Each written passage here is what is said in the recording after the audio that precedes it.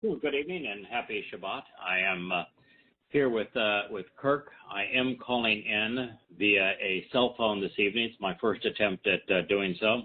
My hope is over the next week to acquire a cellular-based Wi-Fi telephone that I can go back to wearing the headset. Our good friend Jerry McLaughlin has arranged for us to be able to do a simulcast and even to record shows on a syndicated network, in addition to Blog Talk Radio, so that we can reach more people. And we'll need to make certain that we have decent audio quality to accomplish that. And I really prefer to be able to use a headset. So I'm going to look into cellular headsets and a headphone, and let's hope that all works out. But let me know tonight how this is working. Those of you who have been following along know that I did not know where I was going to be last Friday or this Friday, and that last Friday I was scheduled to depart to go to Abaco, and that at the time we were looking down the sights of a Cat 5 hurricane. What transpired is interesting, and frankly, I'm not making any claim here. I'm just going to tell you what occurred and make no claim whatsoever, other than I think it would be inappropriate to not at least share what occurred. Dorian was the name of the hurricane. It's still a hurricane. It's up now in Virginia, just off the coast. It was the second strongest hurricane in recorded history, Atlantic hurricane in recorded history. I'm not certain if there's been a stronger hurricane in the Pacific, but the second strongest in history. It had sustained winds over 190 miles an hour with wind gusts over 220 miles an hour. The storm surge that it pushed over Abaco and Grand Bahama was upwards of 15 feet, and on top of that, they had seas of 20 to 25 feet. The highest place on Abaco is only about 40 feet high. Most of Abaco and Grand Bahama is within 20 feet of sea level. So every part of both islands was flooded. And while the winds were devastating and blew off the roofs of most homes, probably 90% of homes had severe structural damage and lost walls or roofs due to the winds. The storm surge and subsequent waves on low-lying islands devastated everything. There were maybe 1 in 20 homes, those built of concrete and of masonry block with cement roofs, that appeared to withstand the bulk of the storm, but those homes are now being occupied by, in some cases, scores of families. And those homes, in addition to being occupied by scores of families, will be looted and torn apart by people who are desperate. And so if you owned a place there, even if it survived the storm, you will never be able to visit it again. I was scheduled, for those who don't know, and I think most do know, I own a boat. Its name is Kara, based upon my favorite Hebrew verb. I'm dating a woman named Leah, who is the first wife of Jacob. I have a dog named Asher, which is the word that brought all of this into fruition. Without the word Asher, we would not be here this evening.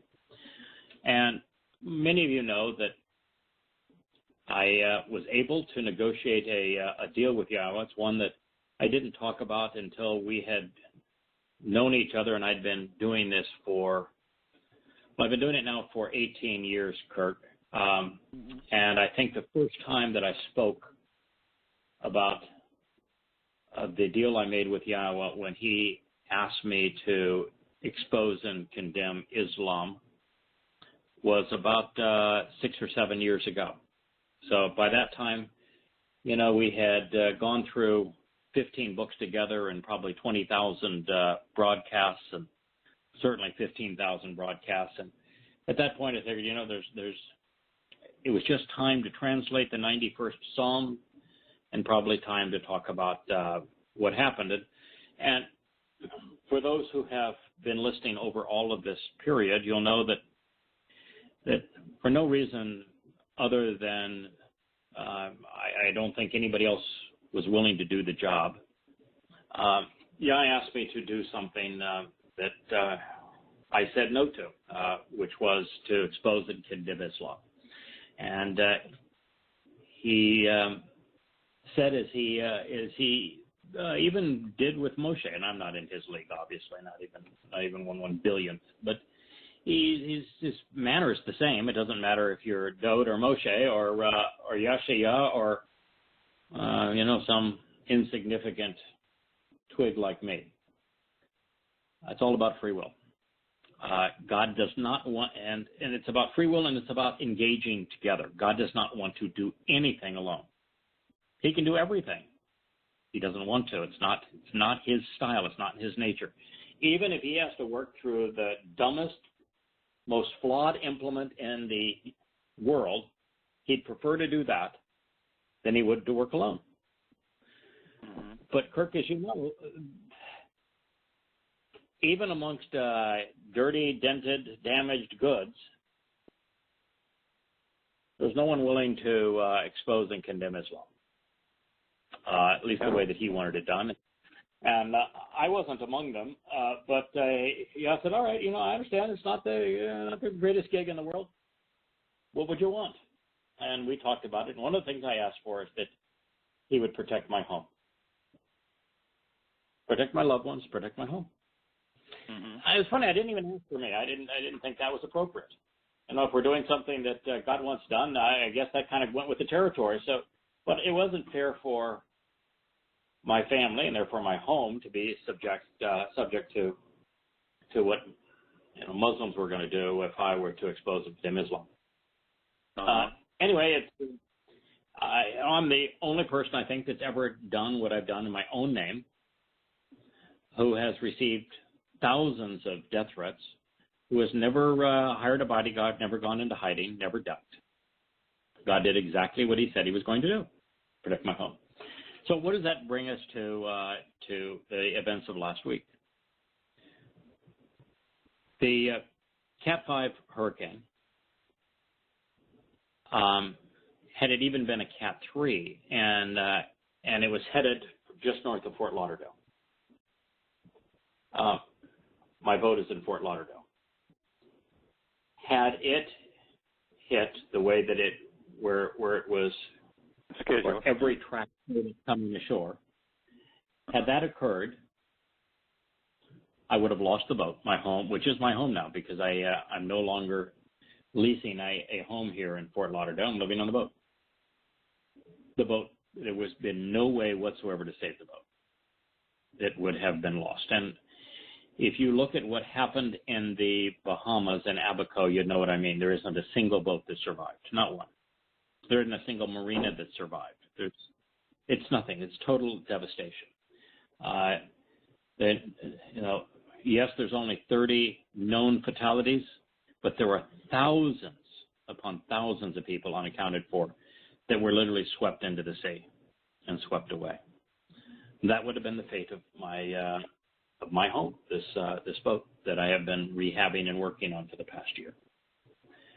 And so, as the hurricane intensified, and now it was a 4, predicted to be a 5, and headed right to where I was, I recall saying, you know, why am I fretting over this? I ought not be, I mean, I should take the proper precautions, but I ought not be fretting over this. I devoted the last 18 years of my life to doing what Yah wanted done, and he promised he was going to protect my home. So I said, hey, Yah, you know, I guess I don't need to remind you, but we have a deal. It wasn't 15 minutes. Might have not even been 10 minutes. Could have been 5 minutes. After we had that little conversation, I think you know, I don't talk to Yah a lot. Our relationship works best if I listen. And so my translations are listening to him. My contemplation of those translations when I write the commentary and I share the insights are all listening to him.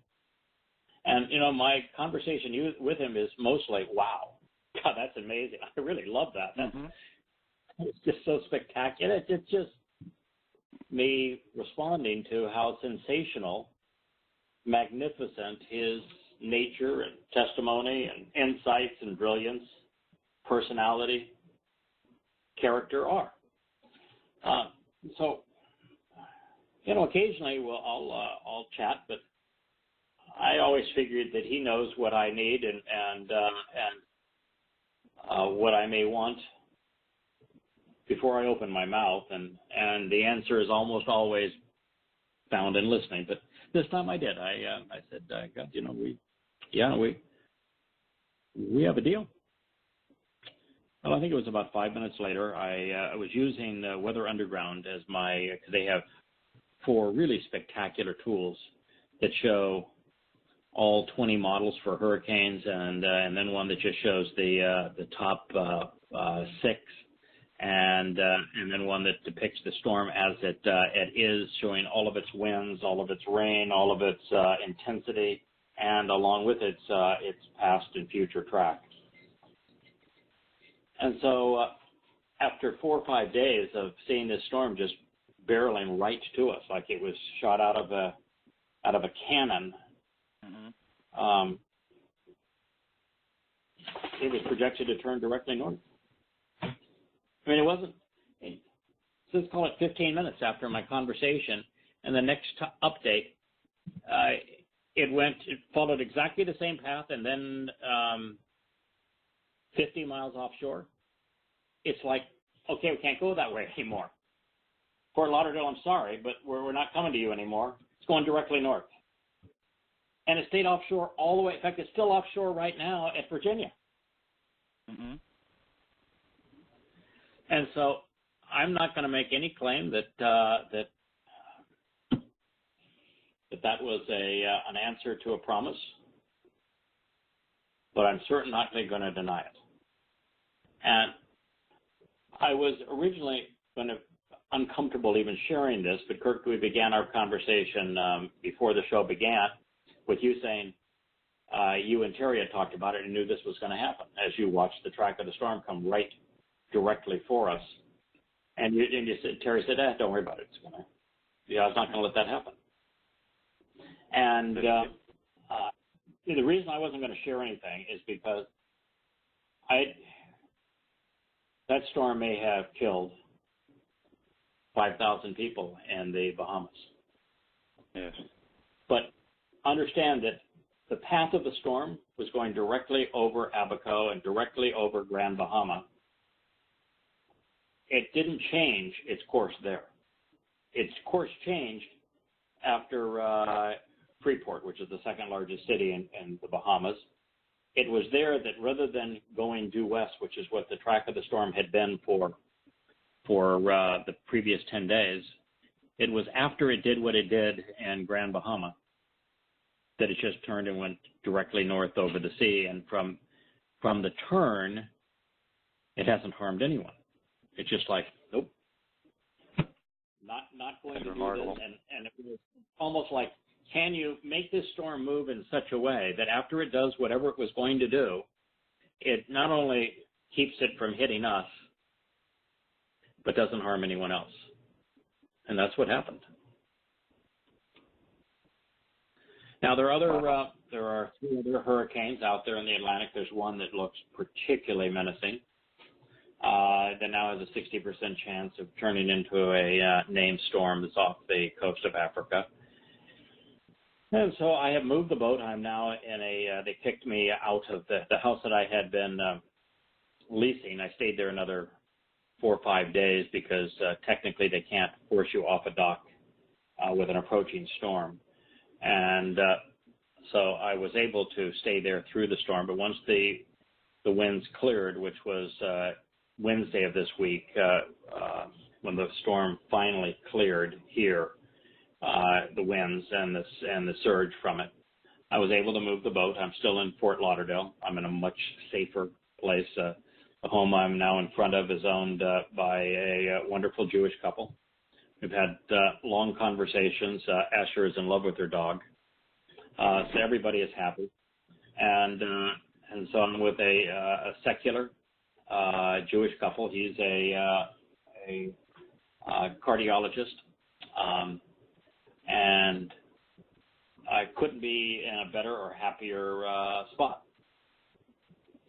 So that's kind of my world at the moment. I don't know how long we're going to be here, but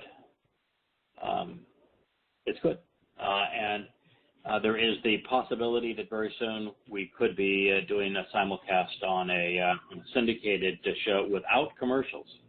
And for Jerry McLaughlin, our covenant brother and good friend, to have arranged that is pretty miraculous. So I'm appreciative. Awesome. Yeah. So, Kirk, what I'd like to do is just reprise the last statement that we considered during our show last week, and then move on to new material. We're in the midst of Mizmor, lyrics to be sung, Psalm 103. We were just approaching 19, but I want to read the 18th statement once again because it's one of my favorites. Mm-hmm. With the steadfast and enduring love, the unfailing generosity and mercy, chesed. Chesed is the concept that the Christian Babel corrupted into grace, and named it after the gratia, the Roman charities. Greek charities were renamed the gratia by Rome. And so they have this concept of grace named after the Roman goddesses.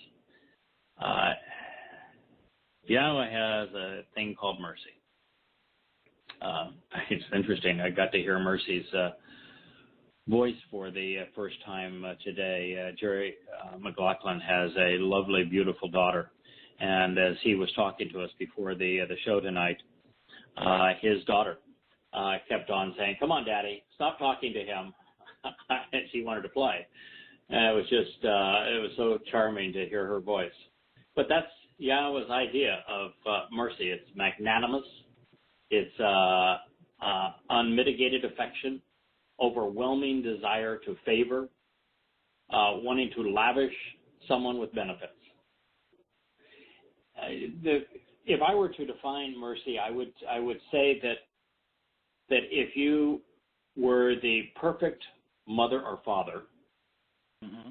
and you were in a perfect relationship with your sons and or daughters, and you were in a position to give them everything that has merit in this world, everything that you could possibly do for them, then you would chesed. You would supply chesed. They would be the beneficiaries of chesed. That is chesed. It's unfailing generosity, steadfast and enduring love, something that is wholly magnanimous. It's one of those things that you do not expecting anything in return, and yet if it's done well and it's done with the right person, you often get back even more than you give. Mm-hmm. In the enrichment of that individual and their relationship with you. So this idea that Yahweh is this mean taskmaster, this Pauline rubbish, that the God of the Torah is wrathful and hateful. Well, that is partially true. He hates the likes of Paul in religion. But with his children, he is extraordinarily chesed. Mm-hmm. So it's but the chesed of Yahweh. Kirk, yes. One of the things that we have constantly been confronted with as we first encountered the choter, this insignificant twig off the branch that is dode, the tree of lives. Mm-hmm. And then came across the neck, which is the sign that Yahweh is lifting up, that the choter helps compile using Torah and Mizmor. Right. And then ultimately here recently we took a departure into Devarim 29 here with our last program, as well as in Solomon's speech at the dedication of Yahweh's temple, the first sermon on the Mount, is that the neck informed an observant foreigner who comes at a different time, speaking a different language, who Yada Yahweh, that the first thing that God always says about this individual and their contribution is their dedication to exposing and explaining Yahweh's name. Correct. And it is still the thing that is probably the most unique about everything that we do, is that we not only say that Yahweh's name is Yahweh, we explain how we got to Yahweh and what Yahweh means and what the characters that underlie his name mean. Right. You know, a hand reaching down and out to us, an open hand. Open hand. That reaches. Right. It's not only a welcome, but it's a hand that is like a father's hand lifting a child up. Yes. To grasp them by the hand. So it's Yahweh reaching down and out to us and wanting to grasp hold of our hands to lift us up. And then there are two heys. Of course, the second hey makes his name feminine, or at least represents Sarah as the mother of the covenant. And the first would represent Abraham, because there's nothing more important to Yahweh than the covenant that was formed between he and Abraham and his wife Sarah. Of course. Those two characters, the heys, are two observant individuals, two people standing up, engaged, walking with Yahweh, going places with Yahweh. They are two people that are looking up and reaching up to him. As a matter of fact, if you look at the two hands on each of the two heys and the hand in Yahweh's name, we have 5 hands in Yahweh's name. 5 hands. Yeah, because we have 5 conditions of the covenant and 5 benefits of the covenant. Yeah. Yep. And in between those two people, we have a wall, which is the tent peg, which speaks of increasing, of making a connection, of securing, enlarging. All the concepts that Yahweh wants to do for us when he provides the benefits to the covenant. Makes us better, enriches us, empowers us. That's how Yahweh writes his name. It's what his name means. It's based upon the verb Haya. Haya means I was, I am, and I will be. It defines existence. Haya explains the nature of light. It explains the nature of the Hebrew language, where verbs are not stuck in time, but liberated in all time. Mm-hmm. It answers the single most important question a human being can ask. Does God exist? Yeah. His name is based on the verb, I exist. And we recognize that each of the letters in Yahweh's name, there's 3, one's repeated, they're all vowels. Right. And we looked at the thousands of Hebrew words that contain those letters, and we're very readily could ascertain how they're pronounced. Well, Haya does a lot for us, because it's obviously got the Yod, the Y, and the Hey, the H. Mm-hmm. So Yah. So there's the first syllable, Yah, right? Yes. Yah.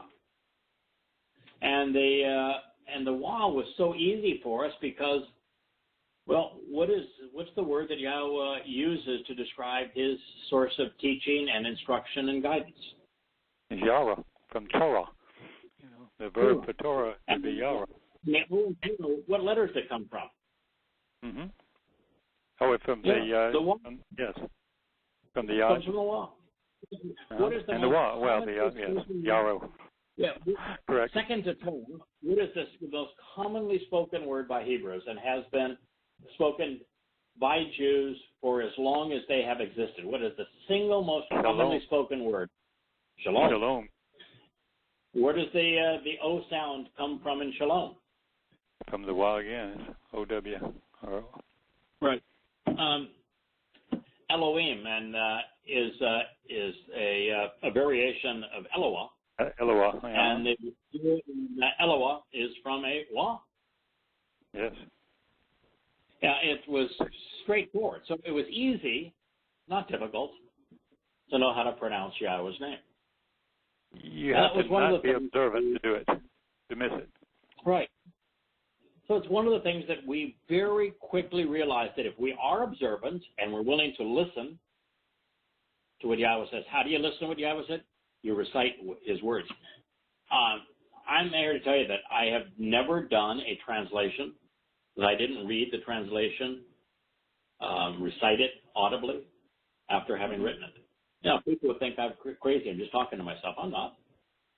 Well, I am, but I'm not. I like to hear what the words sound like. And I find, Kirk, and I don't know if you do this or not, but I find that if I pronounce the words that and hear them, that I'm able to process them and understand them and incorporate them into my life and remember them so much more clearly than if I didn't do those things. Oh, I think it's extremely helpful, yeah, to do that, yes. So, how many times have we said Yahweh's name? And I don't know if Yahweh's name is being said anywhere else, at least with the same devotion to evidence and reason. Yeah.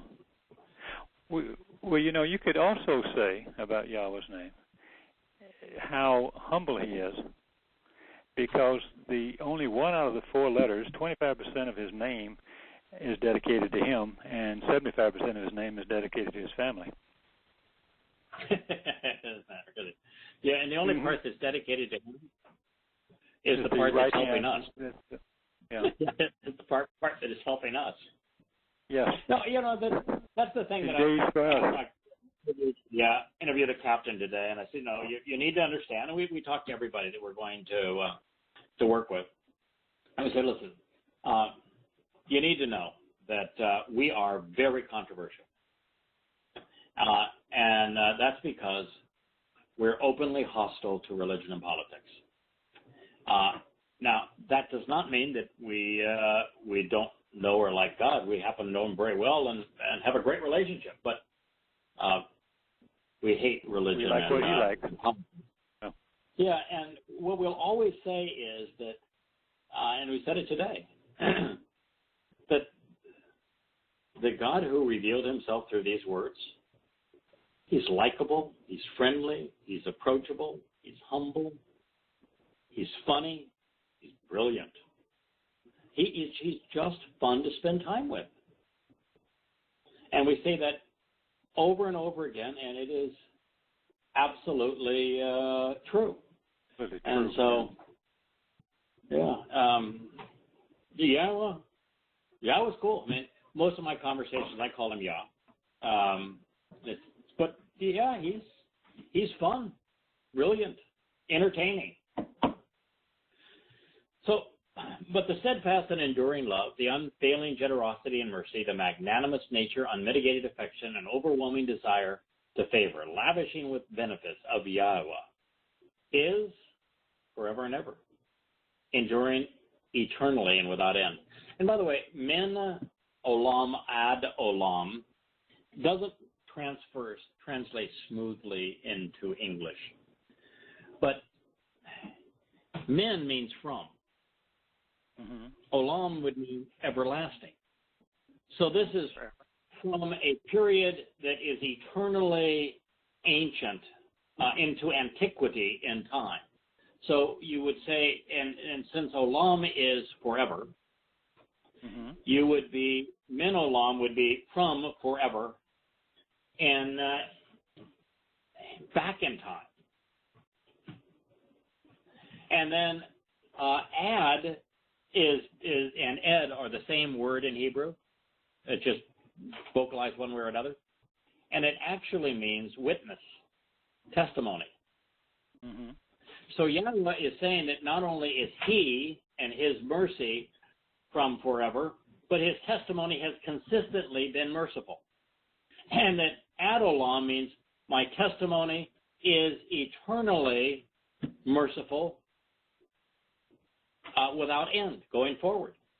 So min olam ad olam would be from time immemorial to an eternity, perpetual period, everlasting in time.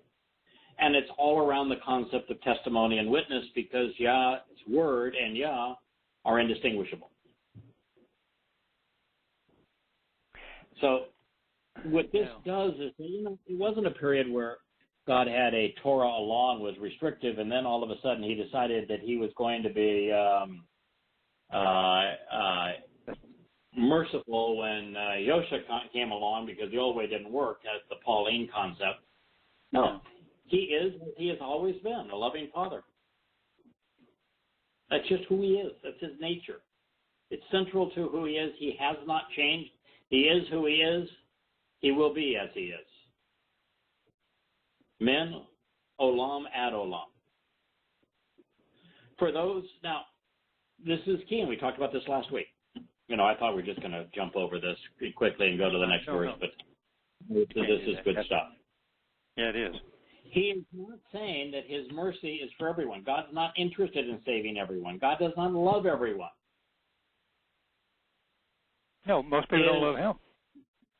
That's correct. And it would be unloving to his children who have engaged in the covenant to have them have to spend an eternity with all of the religious and political idiots out there. Absolutely. His mercy is to those who respect and revere him. Al-Yahweh. For those who appreciate how awesome he is and wish to draw near to him. And those who don't just respect and revere him, but respect and revere his means to vindication and righteousness, his sense of his commitment to being right, to being correct, tzedakah, this means to correctly and appropriately acquit, to be honest, to be fair, to be beneficial, to be just, on behalf of his children's children. La ben ben. Not just to, so Adam was was his first child. Mm-hmm. And Towrah, and Noah and his family. Enoch was one of those who was early on, and of course Abraham and Yishak, laughter and play, and Jacob. You just gotta love some of the things that God chose, and you look at Jacob. And Jacob was a mess. Jacob was the antithesis of what the Christian would think is the person God's going to choose to work with. And Jacob worked as essentially an indentured servant for 7 years to marry Rachel, and ended up getting Leah, and then says, okay, what the heck, God, it's not what I wanted, but I'll work another 7 years for you to get to marry the one I really wanted. And that, we wouldn't think that, or that he ends up with the eldest sister and hates her. And yet, Leah, the eldest of the two sisters, she's the mother of Yehudah. I think she bore 4 sons that became not only part of Yisrael, but the most important part of Yisrael, Yehudah. Mm-hmm. And he never appreciated. Yeah, never appreciated her. And he fell in love with Rachel, and yet Rachel is the one that absconded with Daddy's idol. Yeah, boy. Yeah. So no matter what you're doing here, it's just there's so much of it that just, ooh, my goodness. And then when Rachel dies, giving birth to Benjamin, who she called Benoni, son of my affliction, he, rather than embracing Leah and saying, oh, you know, I really should have loved you all along, he runs over with somebody else. Concubines into his tent, and he had, you know, several children through the concubines. I mean, this is not exactly the poster child for at least the Christian view of morality, or the people that say, you know, well, one monogamous marriage. I'm sorry, it's God's not a cosmic killjoy when it comes to sexuality. You know, and Dode's the man that he loved the most, and 7 wives and 10 concubines. And I'm going to tell you, that doesn't appeal to me. What Jacob had doesn't appeal to me, and what Dode had does not appeal to me. I like women. I enjoyed dating when I had the opportunity, but one really smart, affectionate, loving, caring woman with a great attitude and great mind is perfect. Yeah. 2 is a whole lot less than perfect. You know, this is, you know, the second one is by subtraction, not by addition. And the idea of having 3 would be horrifying, and 7, oh my God! And then you add that 10, not a chance in the world. Leah's children were she had Loie and Reuben and Shimon and Yehudah and Issachar and Zebulun. I mean, can you imagine? You marry a woman that not only gave you Yehudah and the Loie, but 6 sons that became, you know, half of Yisrael. Yeah. They didn't appreciate it. But Yahweh's it's on behalf of his children's children. So it's we're all. I mean, look at Dode. Dode was his son. I think to a large degree, I'm a child of Dode. I think we all are. I don't think we'd be in this position if it wasn't for what Dode wrote. No, not at all. He's the father of many of us in the covenant because of his word. I understand. So it's but the steadfast and enduring love of Yahweh is forever and ever, enduring eternally without end. From the beginning of time, his witness is the same, and it is everlasting for those who respect and revere him, with his vindication and righteousness, with his being correct, fair and honest, beneficial and prosperous on behalf of his children, for those who observe La Shamar, his covenant. Yeah. By the way, that's my next name, my tender, the boat that we use to go off and explore and whether it be fish or dive or just go to beautiful beaches and when we're out. That's your observing boat. Its name is Shamar. Shamar, good choice. So you can see I have a fairly narrow source of inspiration here. fairly focused.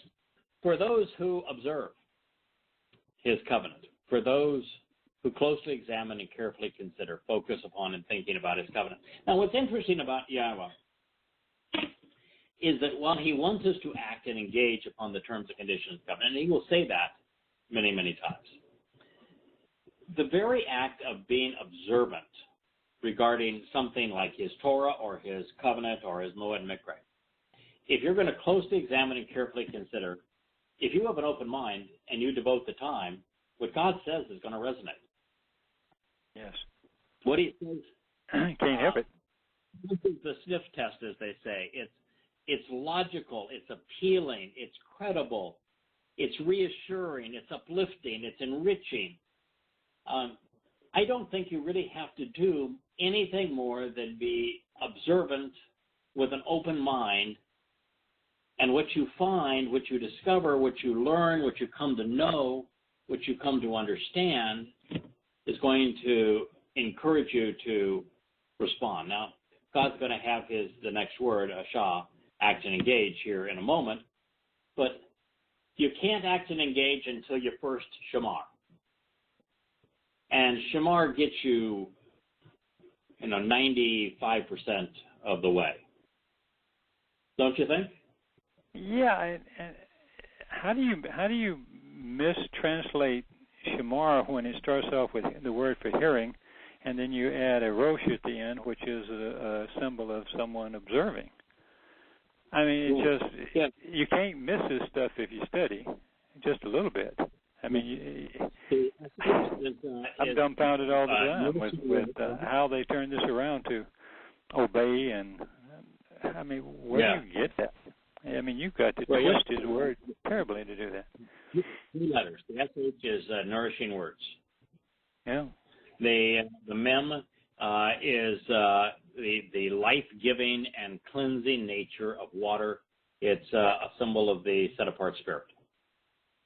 And Rosh is an observant individual who is using their eyes and their ears and their brain to listen, to look, and to contemplate.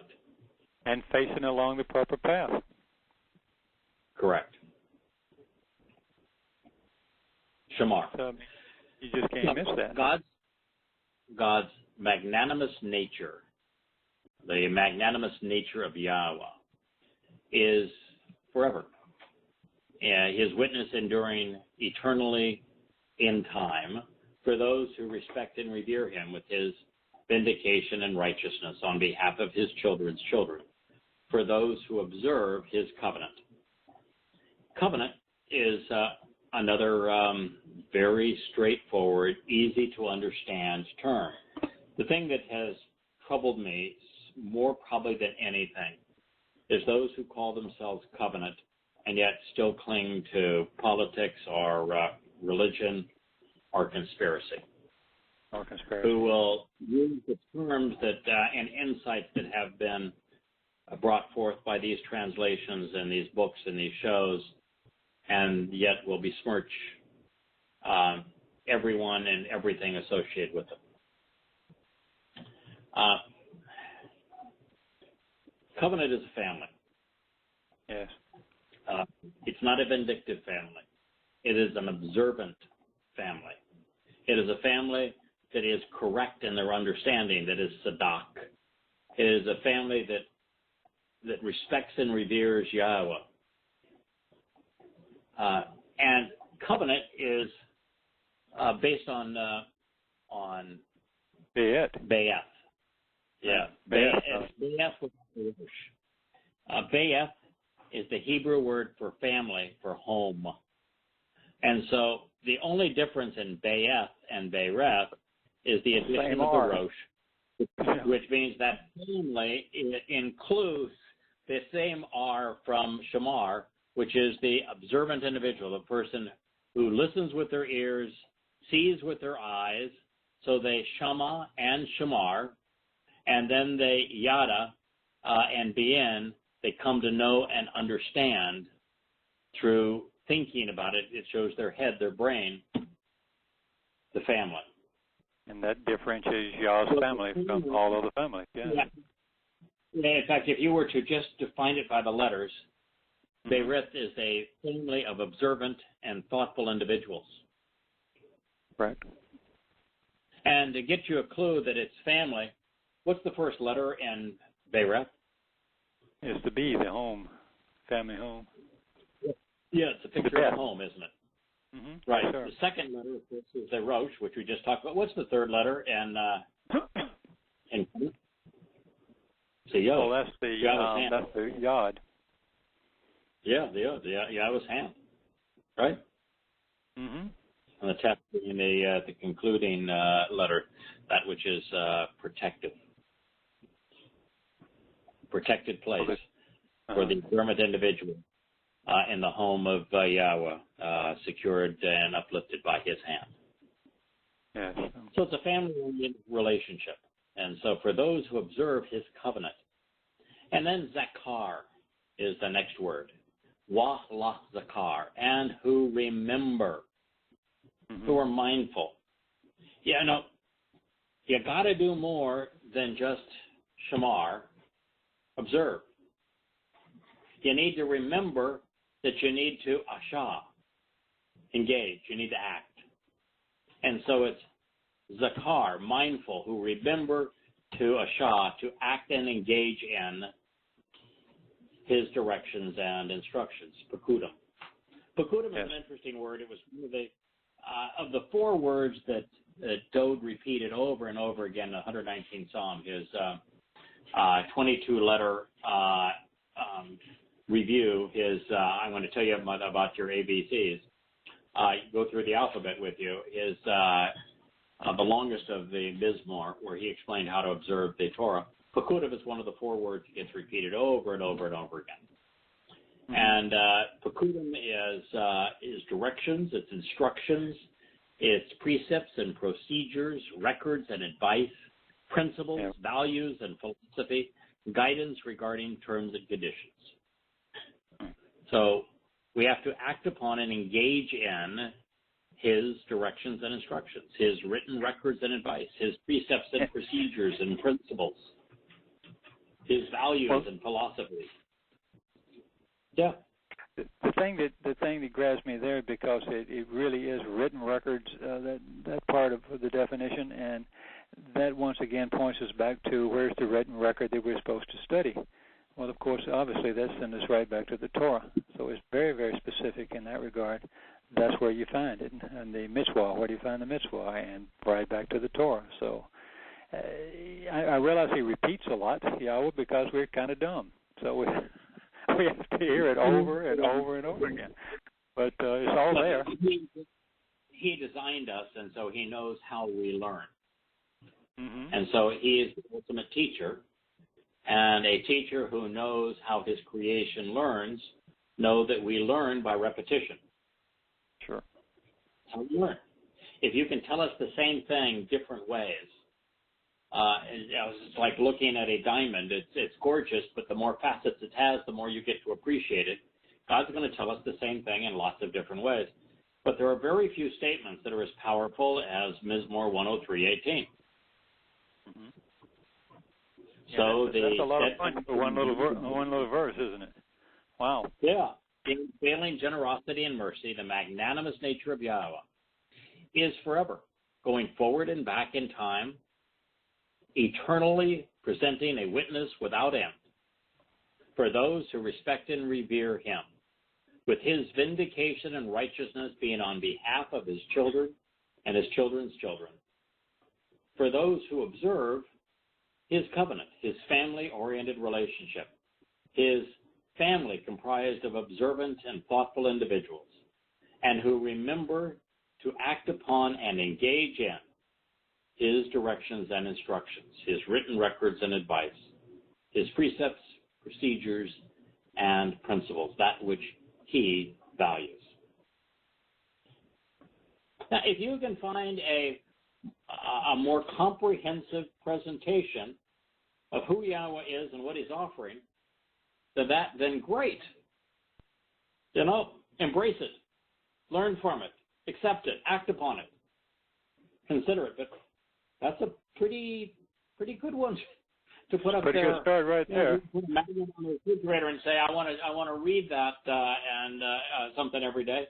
That's a pretty good one to think about. Memory book is a car. Yeah. Since God is unchanging, the nature of our relationship with him pivots on our willingness to be observant. It is the only way for us to know who Yahweh is, what he is offering, and what he expects in return.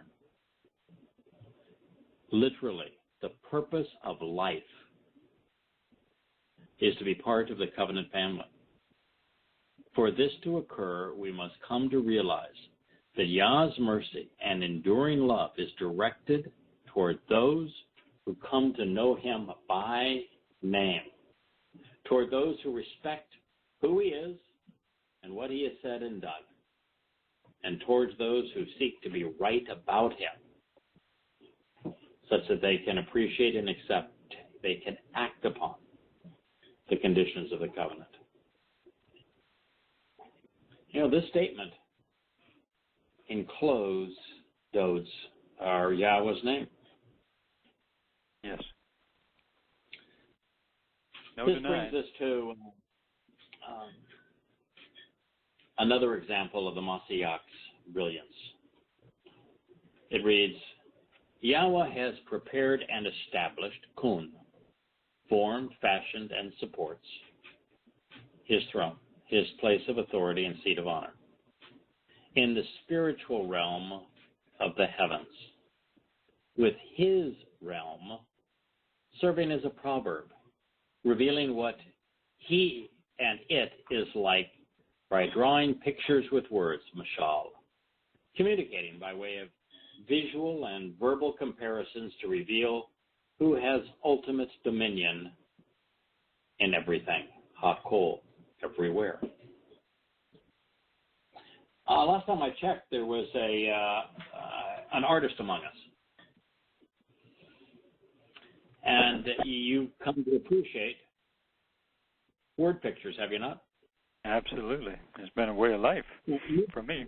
Yeah, in your work, you can draw and paint in almost any medium, from the style of the Renaissance artist to the style of kind of the old world artists, to the lovable style of the characters that were presented by who was the Saturday evening play. Yeah. Mm-hmm. Exactly. To just a portrait that immediately captures somebody's both appearance and attitude and character. You want to be my agent? Write my brochure. Yeah, your understanding of the human anatomy and how the eyes and the ears and everything fits. And you can render a three-dimensional object in a two-dimensional space and give it the appearance of dimension. You're brilliant at it, and know how to use light and color and shading and perspective to convey all those things.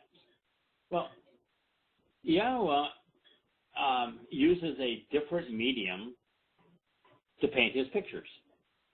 Mm-hmm. He uses letters which comprise words which are presented in sentences. So the medium that he uses to create what is really a seven-dimensional tapestry of artistry are words.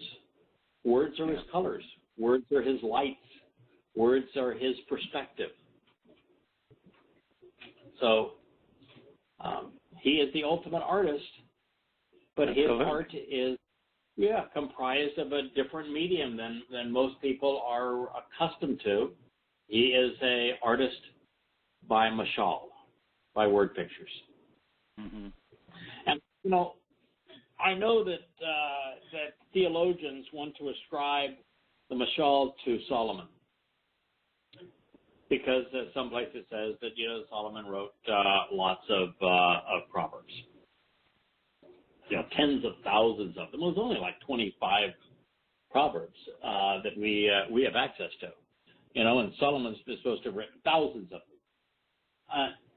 And I've read what we know that Solomon wrote. Ecclesiastes, not very good. Song of Solomon, not very good. I've read what Dode's written, his Mizmor, brilliant. Yes. The Mashal read like the Mizmor. The only difference in the Mashal and the Mizmor is that Dode is speaking as a prophet and as a first-hand experience and sharing just episodes of his life and his relationship and the insights that he received as a Mashiach, as a Shabbat branch, as a Ben, son of God, the anointed, the king of Yisrael, and as a Nabi, a prophet. And he's sharing this, the mashal, which conveyed the same message, and I think are written the same way. I think it's clearly Dode that wrote them. They're all presented as a family. Every mashal is written consistent with the Be'eth and the Be'rep. It's always father, mother, son. Every single mashal, father, mother, son, family. And so all of the mashal, I think, were written by Dode, and the mashal is observations for our time. It began because William, my favorite elevator man, William recommended that I translate Mashal 6 because he thought the adulterous woman in it was Christianity, and I think he was right. And so that's how we began observations for our time. It was Mashal 6, 7, 8, and went on from there. So there is a connection here that not only does Yahweh paint pictures with words, his beloved son presented the nature of the covenant family in the mashal with words, telling us how was the best way for us to engage and to live with Yah. So Yahweh has prepared and established his throne in the spiritual realm of the heavens, with his realm serving as a proverb, revealing what he and it is like by drawing pictures with words and everything. So in everything. Well, what's the first story in the Torah? Or the creation of the earth, of the world, the Big Bang. Creation. All right. Does Yahweh explain both why and how and when he created the universe, the six-dimensional construct we call the universe? There's pretty good math in it. In fact, actually, it begins by telling that he spoke. He used words. He spoke the universe into existence. And he said, let there be light. So once again, words are the essence of the universe. He spoke it into existence. And truthfully, communication is the essence of both energy and matter. Energy and matter are comprised of a communication medium. Even life itself is written. DNA is a language. It's a three-dimensional alphabet and a language. Words underlie all of it. It's all about communication. And so God is saying he spoke the universe into existence, and the first thing that he said is, let there be light. And light is if you wanted to have an appreciation for a word picture that help understanding what heaven is like, there is no more important term than the Hebrew term or, light. Why?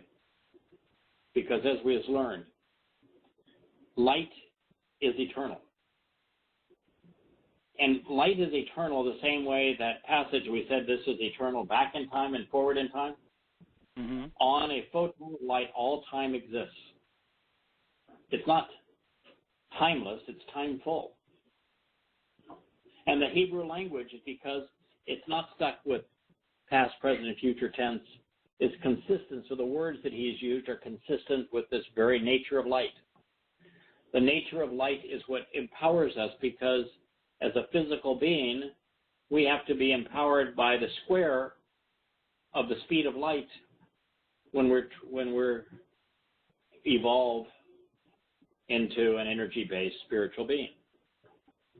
And so that by light itself, we have this picture of who God is, of what he is offering to us, of what the universe is comprised of what God is comprised of what we're going to be comprised of of how the Hebrew language works, how prophecy works, and really how we're going to spend our eternity, because of E equals MC squared. It explains how we can transition from energy to matter and back from matter to energy when it serves our interests. It's got to be the key to our future life. I mean, it's that without it, and without understanding a minimal amount of these statements that come from Einstein, you can put the whole picture together. You can, I mean, who thinks in terms of how dimensions and all until you get to that point? What a great time to be alive, you know. I think the universe is comprised of 6 dimensions, and the Jaz and the seventh and the spiritual realm. How many days does Yahweh create, and how many days are presented in the creation account? Well, he presents it as 6 days to that he did it all, which is and he enjoyed the Sabbath. Right? Enjoyed the Sabbath, and so the universe is 6 dimensions, and Yahweh's in the 7th. That's a word picture. How about this one? That from the time that Adam and Chava were booted out of the garden for corrupting Yah's testimony and failing to act upon what he said, to the time that we are brought back to the Garden of Eden is 6,000 years, and we'll spend 1,000 years, 6 plus 1, enjoying the earth as the Garden of Eden.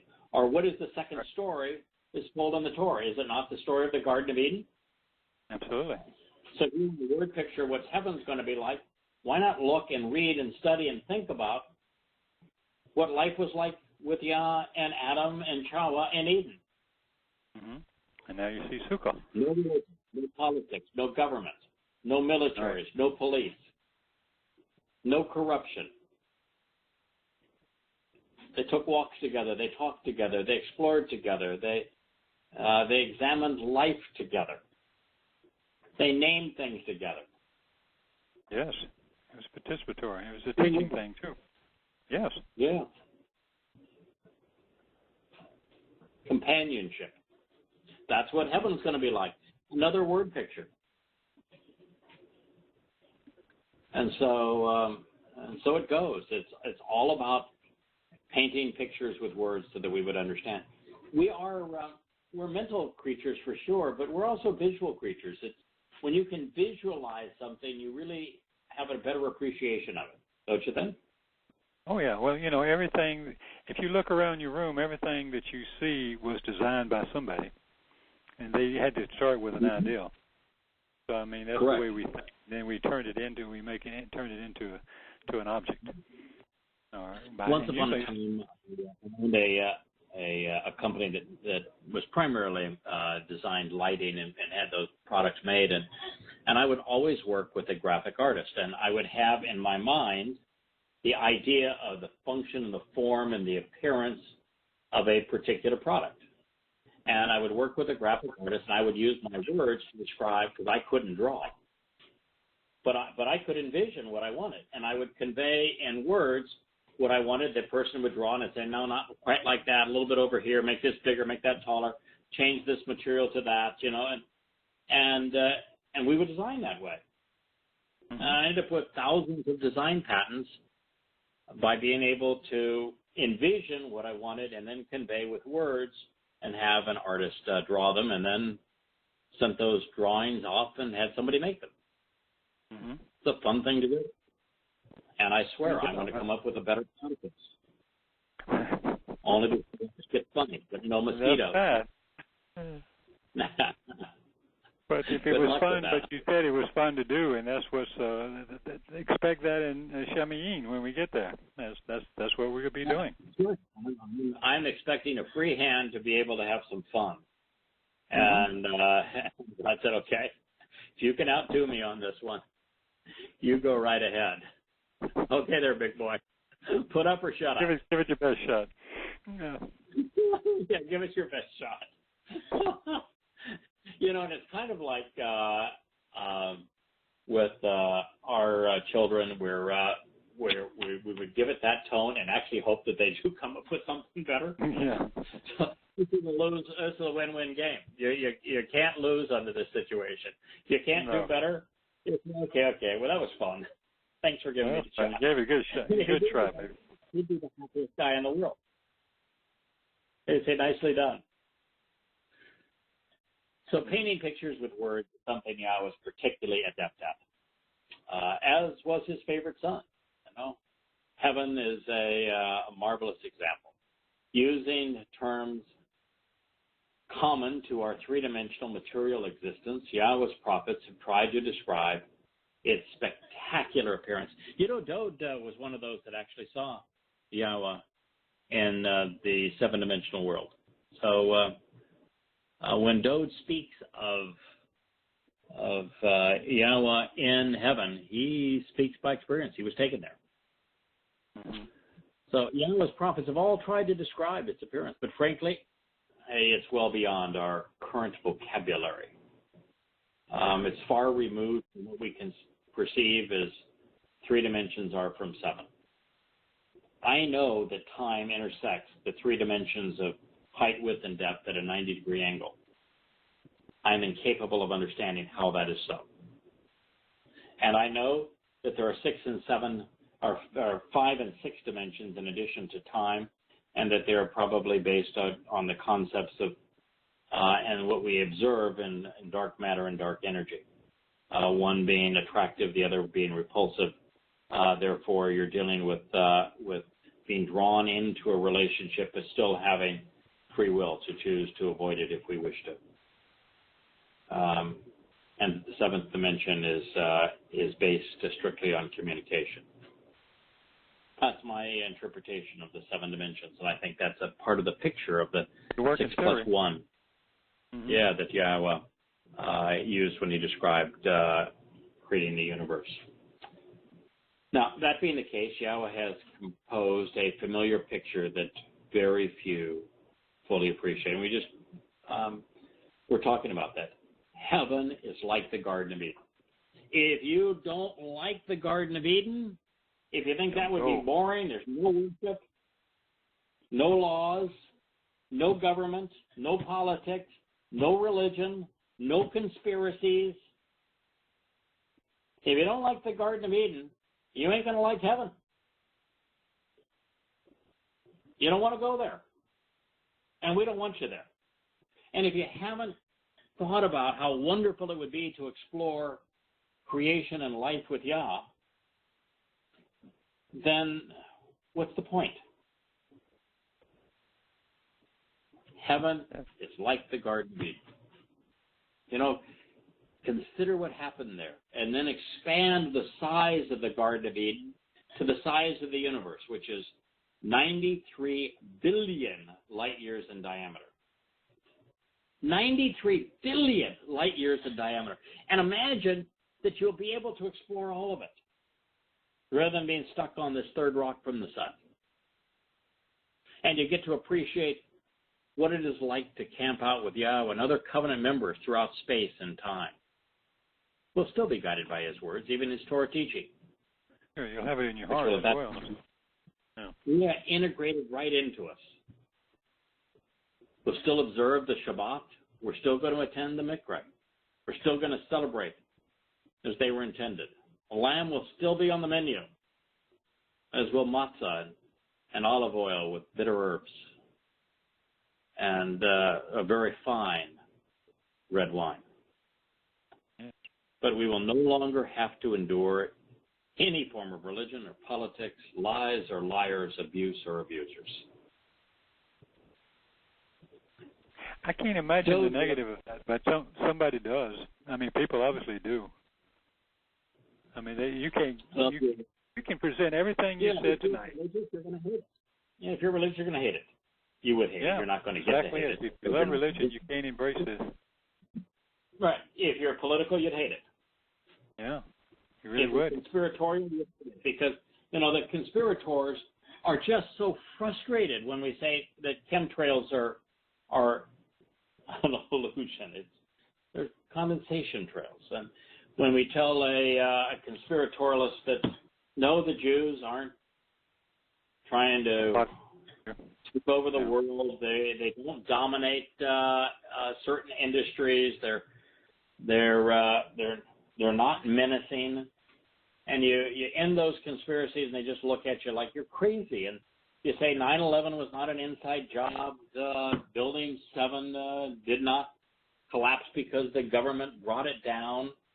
The mass shootings have nothing to do with a government plot.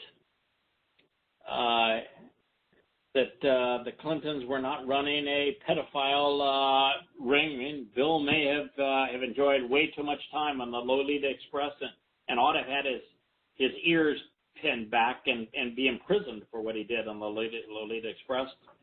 But no, he's not running a pedophile slave ring. He's a corrupt man, to be sure. But and his wife's probably worse than he is. But it's just not true.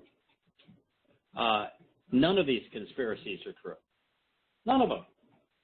And to be in an environment where no one is trying to defend or promote a conspiracy, what a wonderful experience that's going to be. No one is going to be trying to talk about a political candidate or a political party or be patriotic. Oh, thank God. No one's going to be drugged out of their mind. You're not going to have a bunch of people that have inactive nasamas who no longer think. We're not going to be surrounded by irritating bumper stickers like coexist. We're not going to be told that all you need to do is love. No, it's going to be an entirely different and intellectually stimulating future. Now, Dode was familiar with Yahweh's Malach messengers, and so he is correctly describing their nature and purpose. They have been programmed to follow orders, but listen to what Yahweh has to say and then do it. They're essentially very powerful, very capable implements. They convey God's intent and keep those he loves safe. It's an important job. And they're empowered by Yah, they're directed by Yah. Just because they don't have free will does not diminish them in any way. They're extraordinarily powerful, extraordinarily important implements of Yah's authority and direction. So this is what Dode wrote in Mizmor 103:20.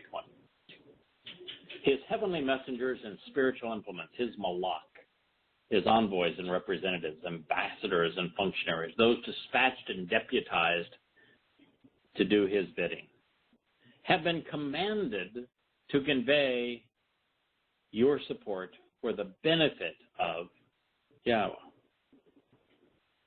for the Barak. Since you have been ordered, speaking of them, you've been ordered to do so. Commend and extol the marvelous nature of Yahweh. Seek to communicate the blessings and benefits associated with Yahweh. It's written in the Peel imperative. And while this mood is typically an expression of second-person volition, it can be used to express an imperative or command, which in this case is appropriate. And further, in the Peel stem, the subject is revealing the way the object engages at his direction, and this would be the Yahweh's direction. His mighty ones who serve as his forceful representatives, his Gabor, those who serve as mighty warriors, as valiant militia, as defensive troops, his impactful implements operating within his structured militaristic command and control regimen where orders are carried out. This is one of the things that, I guess there's a lot of things that people don't have an appreciation of the Malach. A, they're not pretty little girls with wings. No. They're sexual. In fact, most of the time, the Malach are given masculine identity. I don't know why he chose masculinity for them, but he does. I guess maybe it's to confront the Christian nature of angels being loving little beings with cute little beings with wings. That's not who they are. Yeah. They don't have free will. They can't love. They don't have free will. And that's it's an extraordinarily differentiating thing. So And that's what differentiates them from us. We have free will. But more than that, the Malak exist in what we would consider to be a command and control regiment. Now, it's like the military. In the military, the top dog, who in this case, or the top ram, is Yahweh. And the top ram tells all the others, this is what you're going to do. And if you're in the military, you are an implement of the general's or the admiral's will. But you are. If the admiral or general says, you go over there and you point your weapon in that direction and you shoot whatever comes over that hill, that's what you do. That's why I don't want to be in the military. But in the case of Yahweh's Malak, they're in a Shabbat, a command and control regiment. And they do fight. I think some Malak were involved in getting that storm to turn north. That's my conclusion. I think that Malak are the reason that after all of these books that not a single Muslim or Christian fanatical individual has ever been able to harm me or anyone in my family or my home. And when Yahweh returns, he's going to wipe a lot of people out. Yes, he is. The Malak implements in this in our three-dimensional world to do what Yahweh wants done, and we ought not feel sorry for them like there's a Malak guarding the Ark of the Covenant and Moshe's original autograph of the Torah and the second set of tablets that Yahweh etched with his own hand. Mm-hmm. He's not bored. That time is forever, and he has the great honor and distinction of doing what the Creator of the universe has asked. He knows the Creator of the universe. It's a good thing, right? Absolutely.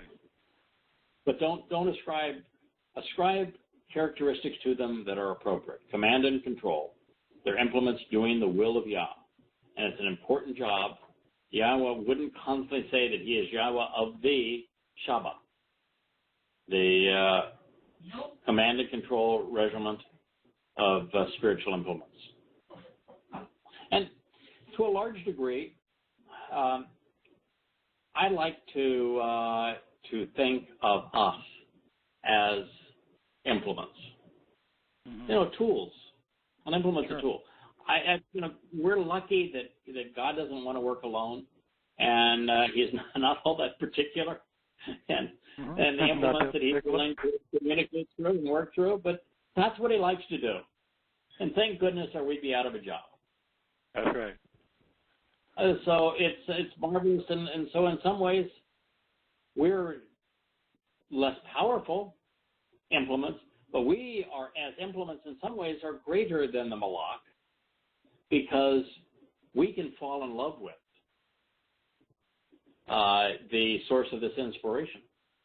Yes, we have a range of emotions I do not have. Yeah, in love with us. And we can choose to act upon what he said, which is a much more genuine response than someone who's following orders. Exactly. In a way, we're still implements. I haven't had, in the past 18 years, a single original thought about God. Not one. No, it all came out of here, out of the Torah. It all came out. They're all derived from the words. While there may be 1,000 unique insights, those insights are all derived from his testimony, and not a single one of them is something that you or I said, boy, I think I've just come to understand the nature of light or time. No, it's strictly what we've learned from Yah. Mm-hmm. Agreed, totally. So his messengers and spiritual implements have been commanded to convey your support for the benefit of Yahweh, his mighty ones who serve as his forceful representatives. Now, this is Gabor. And there are Gabor in the Malak, in the sense of they're enormously powerful, and the Malak are no nonsense. I mean, look at the Malak that took Lot out of Sodom, and they said, listen, go and get this done. We're not hanging around forever. You want to invite your sons-in-law, then go do it. You want to invite your wife, that's your call. We're not leaving until we get you out of here. If you want to bring your family with you, that's your choice. It's not our decision. And then when they began to leave, they're just no nonsense. They said, we think you ought to go that way. He said, but I want to go this way. That's your call. You ought to go this way. And they kept on saying, look, what you do is your choice, but we're under orders to get you out of here because Yahweh made a commitment to Abraham, and he's told us he's going to destroy this place, but he's not going to destroy it until we get you out of here. So long as we get you out of here, whatever you want to do is up to you. But between now and then, you're coming with us. There's just no nonsense. Mm-hmm. That's the story. I kind of like them. I think it'd be fun to hang with.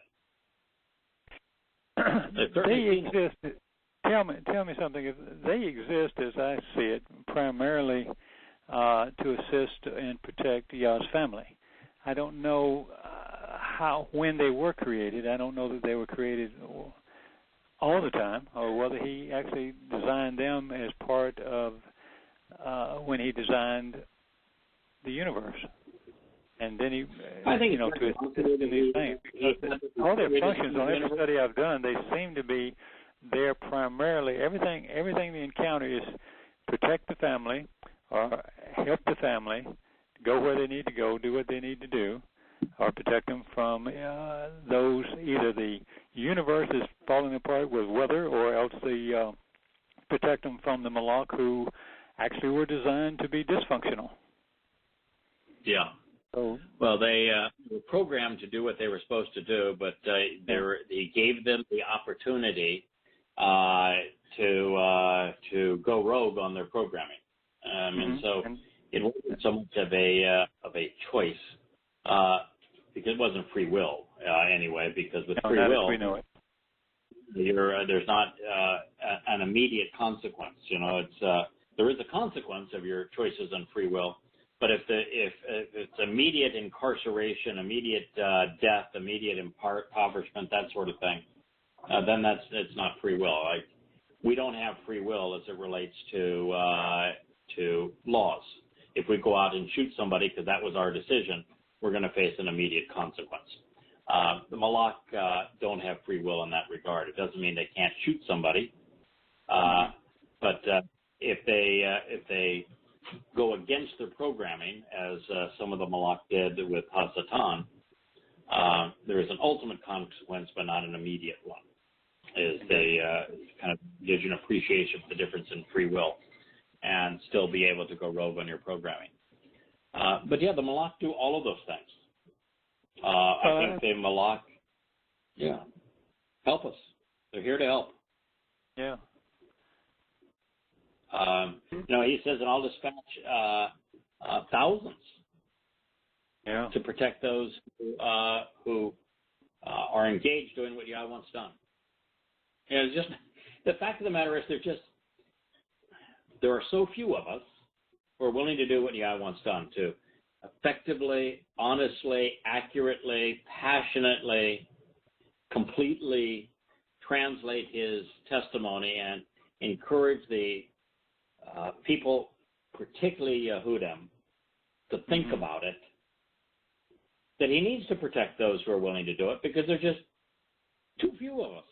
And number two, what we have to say is so irritating to the most irrational people, the religious and political types, that the truth is going to want to have them, the most irrational, are going to want to kill us. Yeah, that's true. And so it's I hate to use the term mandatory, but I think it's pretty close to that. If Yahweh didn't dispatch his Malak to take care of his family,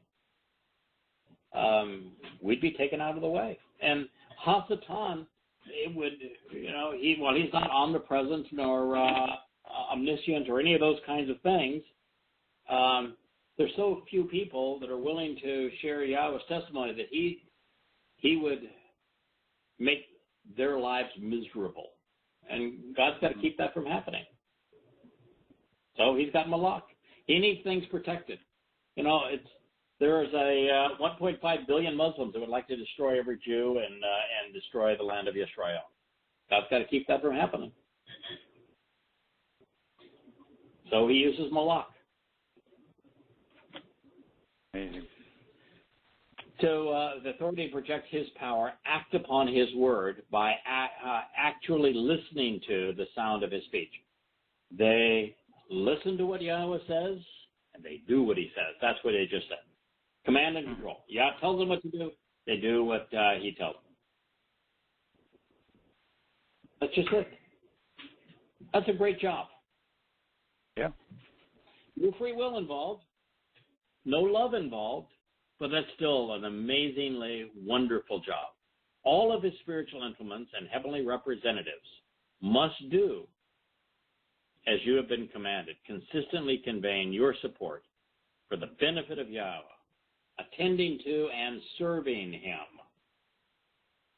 by working to achieve, engaging in, and acting upon, literally doing his will. That's the best presentation one could have of who the Malak are. Bill got it. And it's important to know who the Malak are because Yahweh constantly tells us that he is Yahweh of Shabbat, of this command and control regimen of spiritual implements. And he uses Malak to say, these are my representatives, these are my envoys, these are my deputies, these are the ones I've dispatched. To convey, and by messenger, Malak is also the Hebrew word for messenger and message. He's essentially saying that they do what Yahweh wants done, what Yahweh has said is what they do. They act in consistent with Yahweh's word. So it's a marvelous presentation of them here. Yahweh's heavenly messengers and spiritual implements have been commanded to convey your support for the benefit of Yahweh. His mighty ones serve as his those with the authority and the potential to project his power, act upon his word by actually listening to the sound of his speech. All of his spiritual implements and heavenly representatives must do as you have been commanded, consistently conveying your support for the benefit of Yahweh, attending to and serving him by working to achieve, engaging in, acting upon, and doing his will.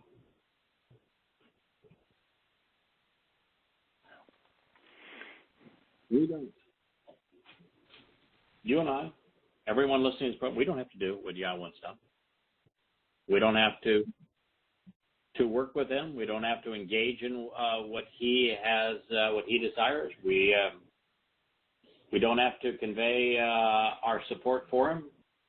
We don't have to listen to what he has to say. We can opt out of all of it. Now, I'm going to tell you, it's in our interest to do all of those things. Best interest, absolutely. But it's always wise. And we're the beneficiaries when we do. I'm not sure the Malak are beneficiaries what they do. It's still a wonderful job. But we're beneficiaries when we do. We get adopted into Yah's family. I think it's probably what drove Hasatan crazy, and a big, powerful, eternal being, head of a huge segment of the Malak. And all of a sudden he sees Yahweh create this puny little being down there that had such limited accessibility because he was matter.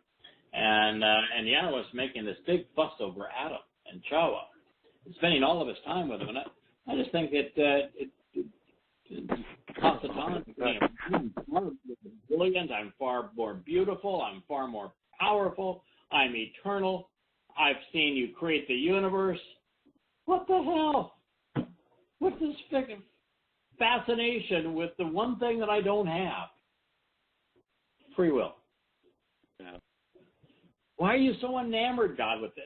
And I think it caused his programming to go awry. That's what I think happened. That's about good as any. Yeah. Because, the monks are greater than we, and yet in some ways we're greater than they.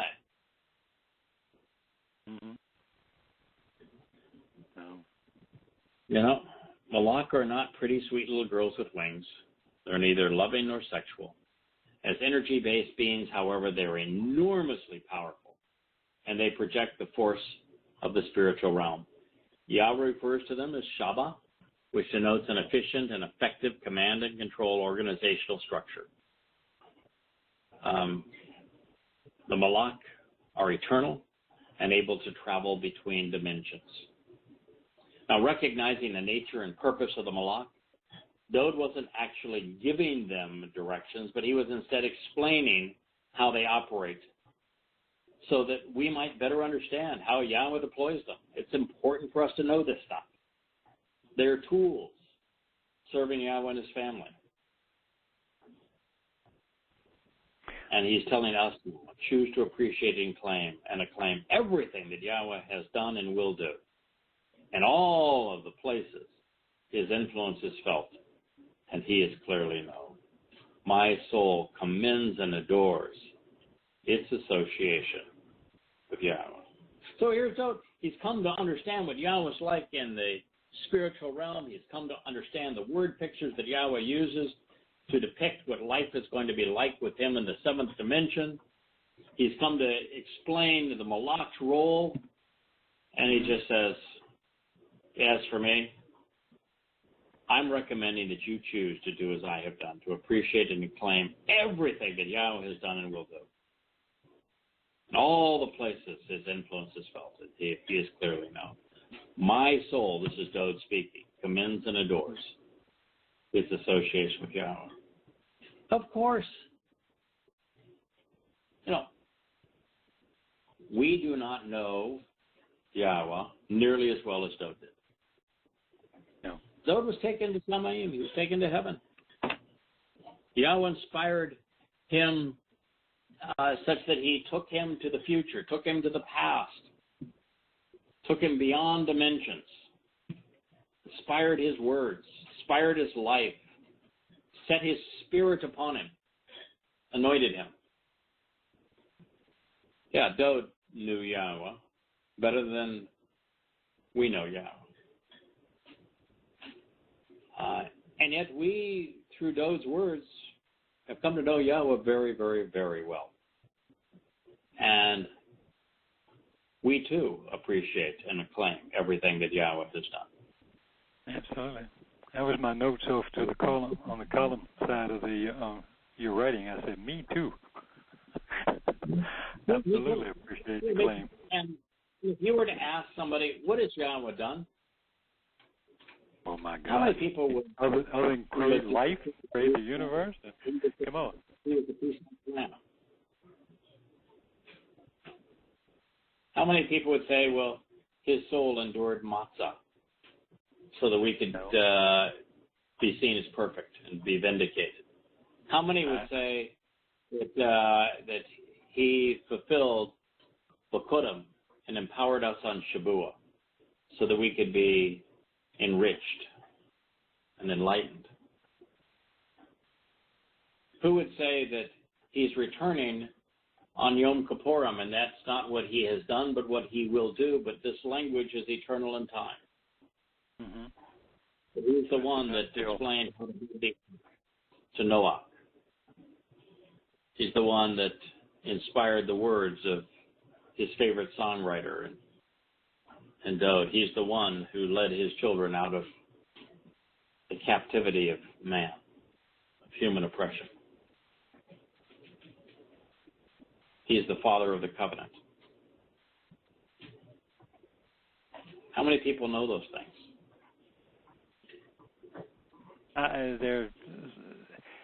It's infinitesimal. I mean, even if there were 7,000 of us, and that was 1 in a million, I don't think it's that. Yeah, I don't think so. Right? Not now. Not yet. Not yet. Maybe not yet. No.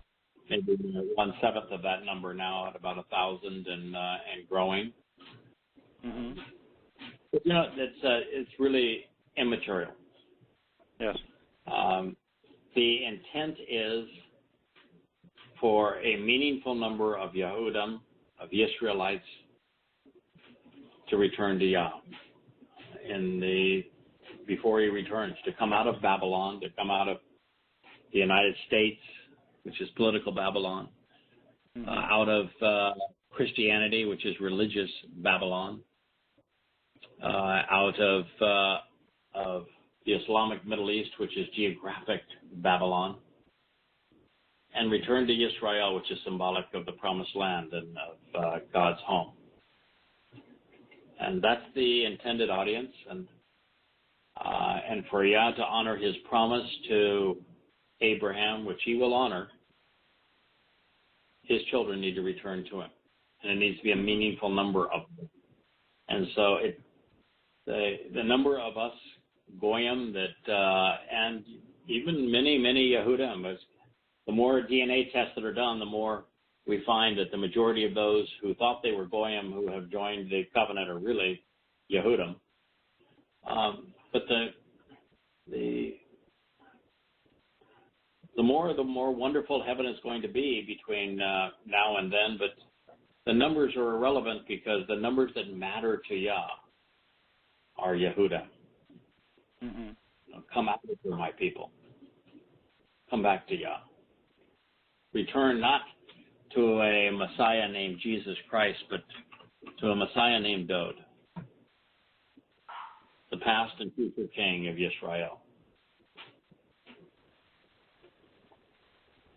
So choose to appreciate and acclaim everything that Yahweh has done and will do. And all of the places his influence is felt, and he is clearly known. My soul commends and adores its association with Yahowah. Yeah, I can speak that in first person, can't you? Absolutely, I can and do. Yeah. It truly does. I truly do. It's, yeah. I was thinking about what a wonderful, in fact, I was talking with a member of the family this week, and I was suggesting to him what a wonderful time we're in, and we were talking about, our lives and things, but nothing is more important than being able to participate in this, to be able to read what Yahweh actually said and to understand what Yahweh actually said and to share it with somebody that's interested, just or to support one another and our endeavors to. Life gets in the way, and I don't translate. Today was one of them. Mm-hmm. Yesterday. Understandable. I mean, we know it. Yeah. Yeah. And the day before yesterday was probably the most hectic day that I had to move out of a house that I had just moved back into because I moved everything. I knew we were going to move out of this house and onto the boat, so I had to take every bulky possession and put it into a storage space and coordinate that move, while at the same time I moved the things that were appropriate and got everything in terms of produce and food and everything on the boat. And then I had to take it all off because of the approaching storm and put it back into this house. And then my lease ran out, and the next day when the storm finally subsided, I had to move everything back out of the house and and into storage all in 24 hours because the owner's son was coming. He wanted us out of the house and off the dock. And that day, it was the most hectic of those days. The day that I had to be off the dock and out of the house, and everything moved into the storage unit and back onto the boat, and we had to take everything off the boat, because of the storm. And here we move it all back, and that day, I got up a little before 6 o'clock, and I spent the first 2 hours translating. Wow, good for you. And it was the best thing I could have done. And today, my day started with the first person on the boat, a mechanic at shortly after 7, and I didn't get it done. I've had meetings and worked all day, and But I knew that today would conclude with our program, and that yes, it would. I feel like an addict, if in a good way. I don't have my fix today. Huh? I go into withdrawals. It's a really lousy feeling, and so tomorrow I've got a lot of things that need to be done. But what I'm going to begin tomorrow? I've got my pull open the Torah and start looking at it and translating. I translate everything to the computer on the boat. I'm sitting here in my office on the boat, and I'm going to plop myself down, and I'm going to translate and contemplate and write. I'm going to begin my day tomorrow on the Shabbat. Oh, sounds like a fun day to me. Yeah, and you do it all the time. Yeah, I do it a lot. In fact, well, I've gave final notice. We're talking about earlier. I gave my final notice to my classes. This is it, and it's nothing like having 20 women who can't stand you all of a sudden, who loved you a week ago. No, don't leave, don't quit. And there's a lot of reasons for it, but one of the good byproducts is that I won't have to squeeze time in between my regular week to sit down with this. Some of this stuff is, especially now, there's been so many things coming at us that you'll point out, look about this and listen, and it takes a lot of research to go through it and feel comfortable that you adequately translated it to the point that you really understand it. I'm talking myself, and I look at it and just I run out of time.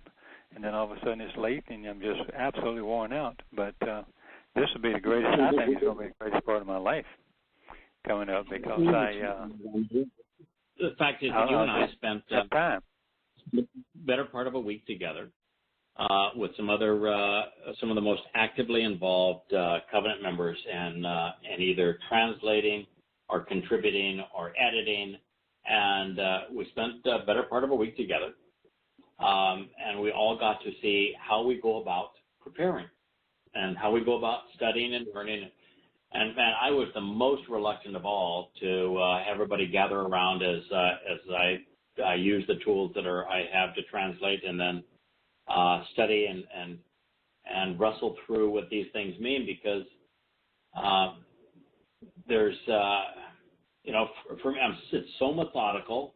It seems so slow. There are so many variables. You really have to think about it and look at the variables, and you're constantly coming up with words that just aren't easy, that require a lot of thought, and you end up having to reject certain possibilities and embrace others. I thought that if everybody were to see how it actually happens, it would just take we realize just how methodical it is, how much interpretation and extrapolation and contemplation goes into it, and that it would demystify it to the point that it would be, okay, well, that's pretty dull. But everybody seemed to really enjoy it. No, this is not dull. This is not dull. That it was some artistry involved in it, and choices and how the choices were made. And so, I think it's extraordinarily logical. You do it. You've got a whole array of sources to say this is what the word means, is what it meant, and maybe this is the perspective from the early ancient Hebrews, but this, and then you can go through all this, and you can say this is what some people have interpreted it to mean, but this is what it says, and this is. I'm amazed at how many times the letters confirm what's said. I did a couple of pages on just because of this section. I did a couple of pages on the Malach and Towrah, and just reviewed it and looked at it from all different angles, and I'll send it to you just for your entertainment pleasure this week. But I get these little asides. The thing that frustrates me the most is I love what you do, and I understand a little bit now exactly how you approach it, which is not far removed from what I'd been doing, because he's kind of helped us all along the way to do this and how we should do this, and all your books tell us how to do this. So it's nice to see it in action, but it's also when you do it, it forces you to look at a whole bunch of other stuff, and to me, it just my mind goes, oh well, wait a minute, let's take a pause here and take a left turn and go look at this word even more, or look at this and this and this and that, and I find it just thrilling. I mean, I have never not been rewarded for an extra hour of chasing down a word or chasing down a phrase or looking up. You know how you had told us that you'll go through maybe the word the word appears maybe 24 times or something like that, and rather than just the first use or the second or third use, you'll go through all 24. That's an enormous amount of time, but it's always rewarding when you do, because you'll find something there that you'll go, wow, what about that? And so that's the artistry you have to put in. And you being a writer, of course, it takes you have a great skill at putting it into words, but still, it's I just like to pick it all apart and look at it and say, wow, that's exactly verifying everything that we've come to know. Yes, it does. And the more you study, the closer you examine, the more you learn, the more you come to understand, more insights that can be derived from it. Mm-hmm. So it's a marvelous experience, all in all. And I would love, please send me your research on Malak, sure. And let's begin our program next week by... well, we'll look at it and see whether it's worth the time, but I mean, it's to me it was interesting, just all the letters kind of verify pretty much the understanding that you've written for many years on this is what the Malak are like. And it's, and every angle I took on it, it came back, that's exactly what we can derive from what Yahweh's told us in every aspect I know. The essence of what you learned as you studied Malak? Well, I kind of narrowed it down to they're designed, just like I said, I think they were designed primarily, their biggest function they exist for is to help Yahweh build his family, and that requires them to protect his family members and to assist them and give, as they make a choice. I mean, Lot had a shot. He chose not to do it because he turned away from the mountain rather than going, and then went to the cave instead, which is a horrible choice on his part. But let me ask you this question, Kirk. The Hebrew letter that speaks of protection, protecting of if you will, the flock, Yahweh sheep. What's the Hebrew letter that is written that specifically speaks of protection? Well, if you put it that way, I always think of a chet because of the fence. Okay. How about the lamed, which is the shepherd's staff? Well, the lamed is the shepherd's staff, and that's the shepherd using his right hand or his hand to lift us out of a hole and pick us up. Also, you can redirect, or you can also use it as a weapon. So that's when you have Malak, that's the second letter in Malak. Yeah, the middle letter in Malak is the shepherd's staff. So the shepherd's staff reinforces your conclusion. Yeah, absolutely. You have, so the middle, but I'll send it to you. It's pretty well analyzed. I need to write it a little bit different so you can read it better. But I went to the root, like a lamb, the lamb cough. It means to walk or travel a path and a journey, and it's the hand it's often also a hand on or joined to the staff. So you have it's more than just a shepherd's staff. It's the power of the hand, Yahweh's hand reaching down. That's the root. So tremendous influence, its power, its authority, its capability, and ability to do the work. Yes. So that's incorporated in the earlier meanings as well. Does a shepherd's staff, is it designed to protect the wolves? No, absolutely not. You can whip them. You can beat on the head, but it's there to pull you away from someone who's trying to snatch you away from Yahweh. Yeah. So the shepherd's staff is only designed to protect the shepherd's flock, correct? Absolutely. Just like the malak. So I think the middle letter says that the malak exist to protect Yahweh's flock. Mm-hmm. Okay? The first letter of malak, what is it? It's the mem. All right. What is the mem symbolic of? It's the cleansing. I always think along the Ruach Kodesh with the Spirit, because it's a cleansing spirit. It's a cleansing water. Water is the source of life and the universal solvent for cleansing. So it's to cleanse and to provide life. But it's the symbol of the Spirit. So they're spiritual beings.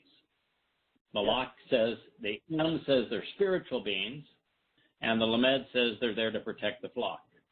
Mm-hmm. And the Kaf means they're empowered. Uh-huh. They have authority, they have power, they have influence. Those are the three letters, right? Well, yeah, and you know, if well, actually, you can have an aleph in the middle of and after the lam too, but the lam, I'm sorry, the LK just by itself, it means to walk or travel a path, a journey, and it's a hand on to join the staff. But the lock, the next three-letter variation, is when you have the aleph added to it, and the aleph it means to walk for another. Yeah, there's four and that's letters. What they're doing. They're helping us. You know, they're helping us in our walk. So they're helping to do the work to make sure that we're ensured that we get to the path. That's what they were doing with Lot.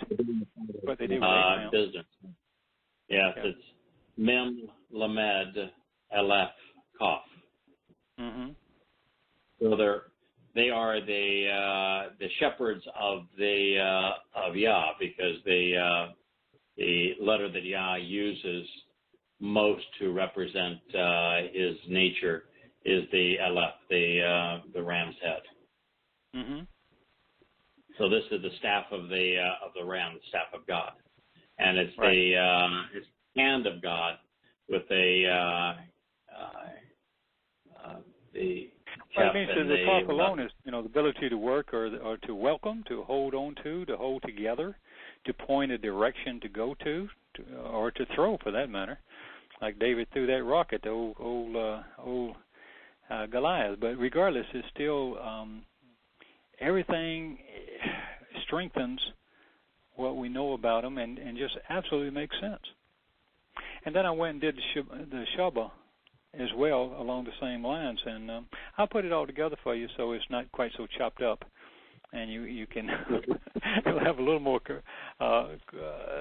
little easier to read, but one leads to another. But these are the things that are so much fun to me to do for that it's hard to find enough time to do it, but soon I will, so it won't be quite so rushed to pick these out, because I know I miss some things when I do, and I notice that when I go back I find some things later.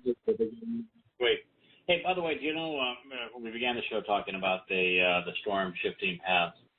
Mm-hmm. Yes. The day the storm went over between in Abaco and went right over Treasure Cave. Do you know where I was supposed to be that night? You're supposed to be there, probably. I'm just guessing. Okay. Yeah, Treasure Cave. In fact, on my insurance forms, that was going to be home base. We were going there, and that was going to be home base as we explored. It doesn't exist anymore. None of the homes exist. It doesn't exist. It literally does not exist anymore. That's where I was supposed to be the night the storm roared through. Well, obviously Yahweh needs his Nakri. If anybody, I'm sorry for those people down there, but that was coming. But I am delighted that you can count on Yah like you can count on Yah, man. He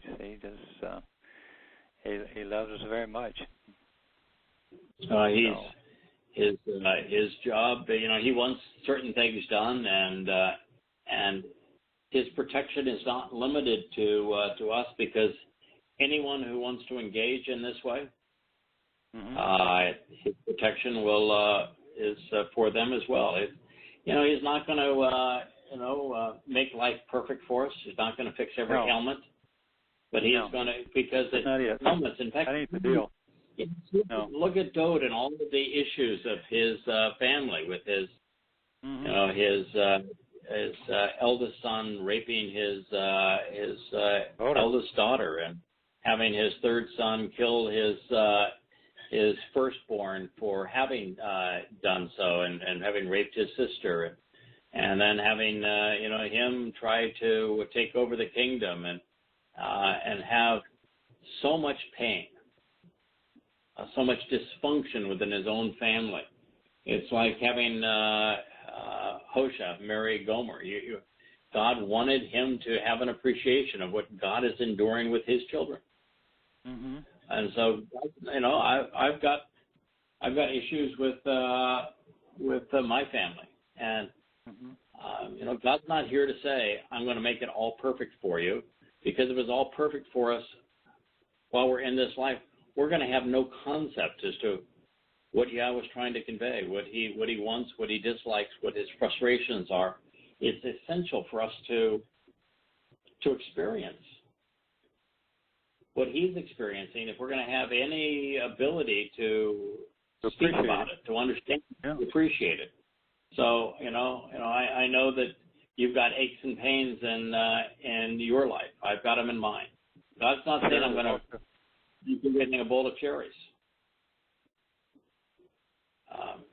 But he is going to protect those who are actively engaged. Because he says he'll take care of the big things and get us to do the things so we get to participate in the things that he wants most done, and that's what we want to do. But every time you say that I made a deal for him, for my family, I go ahead and extend that out to the rest of us. Yeah, I think so. I know somebody would say, "Are you going to have any more children?" I said, I think last time I checked, I've got a little over 1,000. It's bigger. Yeah, and you feel a sense of responsibility. Okay, I mean, I understand that Yahweh is the Father. I understand that Yahweh inspired Dode and Abraham to serve as models in this, and he inspired Moshe to commit. It doesn't change the fact that it's been a long time since someone took his testimony seriously and said, I'm going to go where the words lead and share it freely and devote 18 years of their life to sharing this and knowing that it's resonating with people who have become part of his family. Yeah, so to some degree, I feel like that I have a whole lot of children. And that's not that I'm dad, because I'm not, but you still feel a responsibility for caring for, nurturing, teaching, guiding Yah's family. And that responsibility and opportunity goes away when we're all in Shamaim and spiritual together. We're just, but now there is a sense of responsibility. And it's a wonderful responsibility. It's not a bad one. It's a wonderful responsibility. It's an opportunity. Well, Asher has come up and said, you've been talking long enough. I've been patient enough. It's time that, that it's doggy time and not like, chat time. Yeah. I'll say good. I'm glad the cell phone worked. Yeah. So ask some people that heard on the show, especially on the tape. Maybe you can listen to it a little bit and see how it came across. There's a few times you cut out, but for the most part, it worked pretty well. So I'm hoping you can get your was that your cell is slightly muffled, but it's not bad at all. And I heard a lot of people very early on said it's coming across just fine. Did it good? Good. Yeah, in fact, the person that said that it's not bad at all said, as I was watching as the storm turned, and had a bit of a giggle. This show to me is kind of like sitting around a campfire and quietly listening, and to older folks having the most interesting conversations. It's enriching for a lot. Yeah, it's wonderful for all of us. Yeah, and another person, cell phone held up through the whole show. Oh, good. Yeah.